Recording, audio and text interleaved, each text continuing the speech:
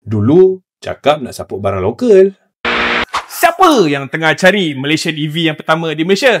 Dah tak payah tunggu dah. Ini betul-betul locally sourced, locally made. Inilah dia Perodua QV. Jom aku tunjukkan apa yang best.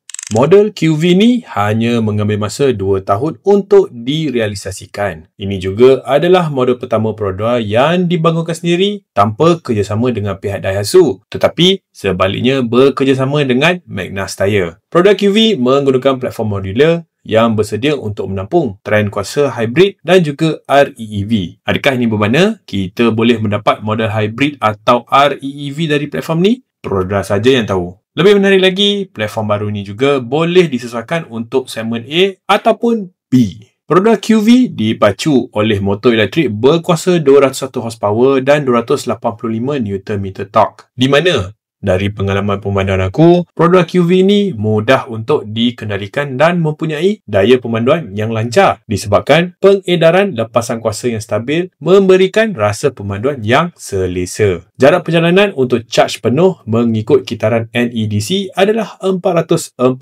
km. Jadi, Abang Osman dah boleh beli EV Perodua ni. Dulu cakap nak support barang lokal.